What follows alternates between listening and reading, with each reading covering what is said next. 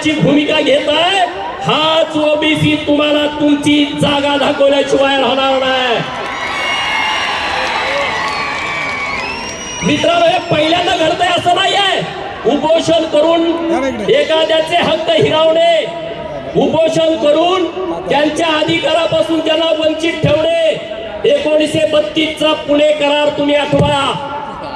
महामानव डॉक्टर बाबासाहेब आंबेडकर साहेबांनी 1932 साली या देशातल्या मागासवर्गीय लोकांना मतदारसंघ आरक्षित केले पाहिजेत असा विषय पुढे आणला. आणि असा विषय पुढे आल्यानंतर महात्मा गांधी उपोषणाला बसले की यांना तुम्ही अधिकार देऊ नका. अशा झुंडीच्या झुंडी जाऊन त्यांना पाठिंबा द्यायला लागल्या. गर्दी वाढायला लागली.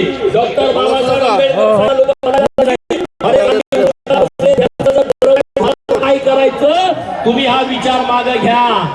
तर मित्रांनो, डॉक्टर बाबासाहेब आंबेडकरांनी त्या सगळ्या लोकांचं ऐकलं. पण देश स्वतंत्र झाल्यानंतर पहिल्यांदा अनुसूचित जाती आणि अनुसूचित जमातीच्या लोकांना आरक्षण दिलं. आता तोच प्रकार सुरू आहे. त्यांनी दलितांचं आरक्षण 1932 ला थांबवलं.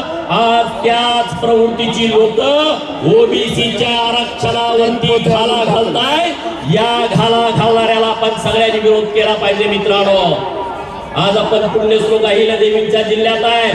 अहिल्या देवीनं म्हटलं होता, ज्या मनगटामध्ये बळ, बुद्धी आणि चातुर्य आहे, ज्या मनगटामध्ये बळ, बुद्धी आणि चातुर्य आहे, तोच स्वकर्तृत्वावर लोकाभिमुख राजा बनू शकतो.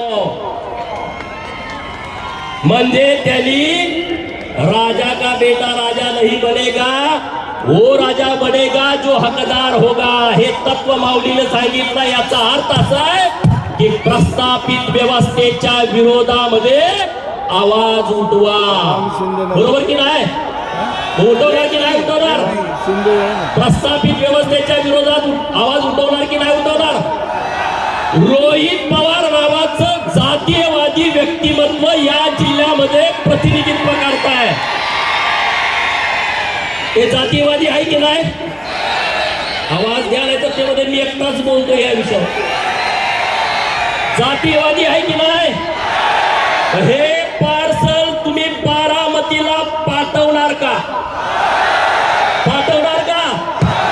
तुम्ही परवा बघितलं, आझाद मैदानावरती मोर्चा जायच्या अगोदर ह्यो गडी तिथं पोहोचला होता. बघितलं का नाही? बघितलं का नाही? का रे, आमची मतं घेतली नाही? तू आमची मतं घेतली नाही? हा विचार आता करा. अरे, रोहित पवारांच्या अंगामध्ये रक्त वाहत नाही, त्याच्या अंगामध्ये जातीयवाद वाहतोय. ही गोष्ट आपल्या लक्षामध्ये ठेवा. जर जातीयवादाला चेहरा असता ना, जातीयवादाला जर चेहरा असता तर तो सेम टू सेम रोहित पवारासारखा दिसला असता. अरे, आज धनगराचं आरक्षण आम्ही मागतोय. परवाच्या दिवशी आमच्या तरुण तडफदार पोरानं आत्महत्या केली. गेला तिथं रोहित पवार, गेला त्या विचारधाऱ्याची लोक तिथं. अरे, आजपर्यंत किती पोराने आत्महत्या केल्या? जतमध्ये बिरुदेव खर्जेने आत्महत्या केली मागच्या 2 महिन्यापूर्वी. गेला तिथं कोण? गेला कोण लोकप्रतिनिधी? आवाज उठवला? अरे, आज गावातल्या घिसाड्याच्या पोराला जाऊन विचारा, त्याचं तुम्ही आरक्षण ढापायला निघालाय. वैदूच्या पोराला जाऊन विचारा, त्याचं तुम्ही आरक्षण लाटायला निघालाय. हे काय आहे? तुम्ही त्यांचं आरक्षण लाटायचा प्रयत्न करू नका.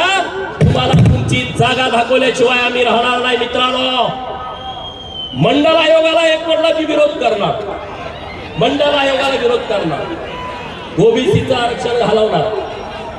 अरे, ओबीसीचं आरक्षण म्हणजे काय मसोबाची खीर आहे का वाटत आल्या की आम्हाला मिळाल्या? होय, कुणीतरी यावं म्हणावं ओबीसीचं आरक्षण आम्ही काढून घेणार. अरे, ते काय आमच्या मसोबाची खीर आहे का वाटली आणि कुणी घेऊन गेला घरी? अरे, ओबीसीचं आरक्षण डॉक्टर बाबासाहेब आंबेडकरांच्या संविधानानं आम्हाला दिलाय आणि माननीय भुजबळ साहेबांच्या नेतृत्वात त्याचं संरक्षण करणं ही आमची जबाबदारी आहे, हे आमचं कर्तव्य आहे. आणि त्यामुळं तुम्हाला कुणाला चॅलेंज करायचं त्यांनी करू द्या. मंडळ आयोगाला करा, आणखी कशाला करा.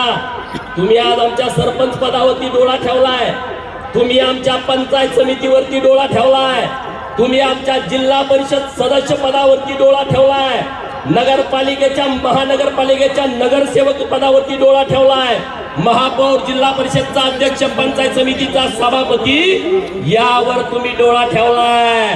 पण लक्षात ठेवा, तुम्ही आमची सरपंची घ्याल, आम्ही तुमची आमदारकी घेऊ. तुम्ही आमचं नगरसेवक पद घ्याल, आम्ही तुमची खासदारकी खेचून घेऊ का नाही? अरे कर्पूरी ठाकूर बिहारचे माजी मुख्यमंत्री, त्याने ओबीसीचा मोठा प्रयोग केला होता. त्यांनी सत्ता ताब्यात घेतली होती. काल परवा त्यांना नरेंद्र मोदी साहेबांनी भारत रत्न पुरस्कार दिला, जो आपला ओबीसीचा नेता होता. त्यांचा आदर्श या महाराष्ट्रातल्या पोरांनी घेतला पाहिजे. भुजबळ साहेबांनी त्यांच्या सोबत काम केलंय त्या काळामध्ये. मित्रांनो, आता हे नवीन सगळे सोयरे, नवीन शब्द आला, सगळे सोयरे. अगोदर सगळी गडवागडवी सुरू होती, बोगस कागदपत्र काढून पैसे खेचून आधीच सर्टिफिकेट कुणबीची घेतली जात होती. आता ते शपथपत्र देणार. ज्यानं खोटं पहिला दाखला काढलाय खाडखोड करून, तो दुसऱ्याला शपथपत्र देणार की हा माझा पाहुणा आहे. मग तो शपथपत्रावरती पुन्हा कुणबी होणार, मग तो पुन्हा दाखला देणार. म्हणजे उंदराला मांजर साक्ष, बरोबर ना? उंदराला मांजर साक्ष. त्यात एक असा उल्लेख केला, सजातीय. अरे हे नुसतं ओबीसीच्या आरक्षणावरती हातोडा मारत नाहीत, संविधानाचा ढाचा जेसीबी लावून उद्ध्वस्त केला जातो आहे. सजातीय, अरे जातीचं निर्मूलन झालं पाहिजे, म्हणून आंतरजातीय विवाहाला संविधान प्रोत्साहन देतं. गावात आंतरजातीय विवाह झाल्यावर 50,000 रुपये अनुदान मिळतं का नाही? भांडी मिळते, कारण संविधानामध्ये आहे की जात मोडीत काढा म्हणजे तुम्ही आंतरजातीय विवाह करा. हा जो मसुदा काढलाय ना, त्यामध्ये आंतरजातीय विवाहाच्या बाबतीत काहीच लिहिलं नाही. सगळे सोयरे हा गोलमाल विषय आहे. महाराष्ट्र सरकारनं सगळ्यात मोठी घोडचूक केली की ही अधिसूचना काढली आहे, मसुदा काढलाय. ही सगळ्यात मोठी घोडचूक आहे आणि म्हणून तुम्ही या सगळ्या गोष्टीला विरोध केला पाहिजे. याच्यामध्ये स्पष्टता नाही आहे. याचा अगोदरच गैरवापर होत होता. आता तर चोरीनं प्रमाणपत्र काढणाऱ्या लोकांना सरकारनं अधिकृत करायचा प्रयत्न केला जातोय आणि म्हणून या सगळ्या विषयावरती आपली भूमिका ठाम असायला पाहिजे. मित्रांनो, मी काय उदाहरण देणार आहे. आज राज्यामध्ये परवा स्टेटमेंट दिलं की मराठवाड्यातला सगळा मराठा हा मराठा राहणार नाही, तो कुणबी होणार. तुम्ही स्टेटमेंट बघितलं का टीव्ही वरती? मराठवाड्यातला सगळा मराठा राहणार नाही, तर तो कुणबी होणार. का? तर सगळे सोयरे हे नवीन अधिसूचना आल्या त्यानुसार. माझा सवाल सरकारला आहे, या महाराष्ट्रामध्ये रामोसी, बेरड आणि बेडर, मी नीट सांगतो ते ऐका, या महाराष्ट्रामध्ये रामोसी, बेरड आणि बेडर हे एकमेकाचे नातेवाईक आहेत, एकमेकाचे रक्ताचे पाहुणे आहेत. पिढ्या ह्यांची लग्न एकमेकांशी होतात. परंतु यामधला बेडर हा मागासवर्गीय आहे, त्याला एससीचा दाखला मिळतो. माझा सरकारला सवाल आहे, जर बेडरला एससीचा दाखला मिळतो आणि तो माझ्या रामोसी आणि बेरडचा रक्ताचा नातेवाईक आहे, तर तुम्ही त्याला एससीचा दाखला देणार का? जर तुम्ही देणार असाल तर ओबीसीच्या नुसत्या आरक्षणाला तुम्ही धक्का लावत नाही, तुम्ही एससी एसटीच्या आरक्षणाला सुद्धा धक्का लावताय. बरोबर का? चूक आहे. त्याच्या पुढे जातो, धनगराची एक पोट जात आहे, खाटीक धनगर. अनेक पोट जाती आहेत, त्यापैकी एक खाटीक धनगर. आमचे धनगर समाजाचे नेते आहेत माळशिरस विधानसभा मतदारसंघामध्ये उत्तमराव जानकर. त्यांच्याकडं खाटीक धनगरचं एसटीचं सर्टिफिकेट आहे आणि त्यांनी 2 वेळा 2014 आणि 2019 ला विधानसभेची निवडणूक ही एससी सर्टिफिकेटवरती लढवली आणि ते उत्तम जानकर प्रकाश अण्णांचे पाहुणे आहेत, ते उत्तम जानकर लक्ष्मण हाकेचे पाहुणे आहेत, ते उत्तम जानकर इथं असलेल्या सगळ्या धनगरांचे पाहुणे आहेत. मग त्यांनी जर शपथपत्र दिलं तर सरकार सगळ्या महाराष्ट्रातल्या धनगरांना एसटीचा दाखला देणार का? देणार का? अरे आम्ही घेणार नाही, कारण आम्ही अन्याय करणारी लोक नाही. पण सरकार ज्या चुकीच्या पद्धतीनं या सगळे सोयऱ्याची अधिसूचना आणली आहे ती अधिसूचना चुकीची आहे मित्रांनो. तिसरा विषय कैकाडी नावाची जात या महाराष्ट्रात आहे आणि विदर्भात कैकाडीला एसटीचा दाखला मिळतो आणि कैकाडी समाजाचे पाहुणे सगळ्या महाराष्ट्रात आहेत. मग काय आहे, एक जात असेल आणि त्यांना 2 आरक्षण मिळत असतील तर त्यांच्या बाबतीमध्ये स्पष्टता सरकारनं कुठली दिलेली नाही. असे अनेक विषय मित्रांनो आपल्या समोर मांडण्यासारखे आहेत. मागासवर्ग आयोगाची जबाबदारी काय आहे की कुठली जात आहे तिचा सर्वे करणं, तिचं मागासलेपण सिद्ध करणं, मागासवर्गीय जातींची यादी तयार करणं, हे काम कुणाचं आहे? मागासवर्ग आयोगाचं आहे. अरे महाराष्ट्रामध्ये मागासवर्ग जातीच्या यादीमध्ये मराठा समाजाचं नावच नाही आणि मग मागास नसलेला मराठा समाज मागास असलेल्या कुणबी समाजाचा सजातीय कसा असू शकतो? याचा अर्थ असा आहे की मराठा आणि कुणबी हे पूर्णपणे वेगळे वेगळे आहेत. त्यांना सगळे सोयरे आणि सजातीय हा विषयच लागू होत नाही. ही परिस्थिती आहे महाराष्ट्रातली आणि त्यामुळं तुम्ही आता जास्त आमची दिशाभूल करायच्या भानगडीत पडू नका. महाराष्ट्रातला ओबीसी आता ताकदीनं पेटून उठलाय. महाराष्ट्रातल्या ओबीसींच्या लक्षात आलाय की आता कशा पद्धतीनं आपण पुढे गेलं पाहिजे, आमचा गळा कसा घोटला जातोय आणि त्यामुळं इथून पुढच्या काळात तुमच्या पुढे पर्याय एकच आहे, निर्भीडपणे राहणे, संघटित होऊन राहणे, एकत्रितपणे राहणे, सगळ्या ओबीसींची एकजूट करणे. मराठा समाजाच्या आरक्षणाला आमचा विरोध नाहीये, परंतु ओबीसी आरक्षणाला धक्का तर लागलाच हो.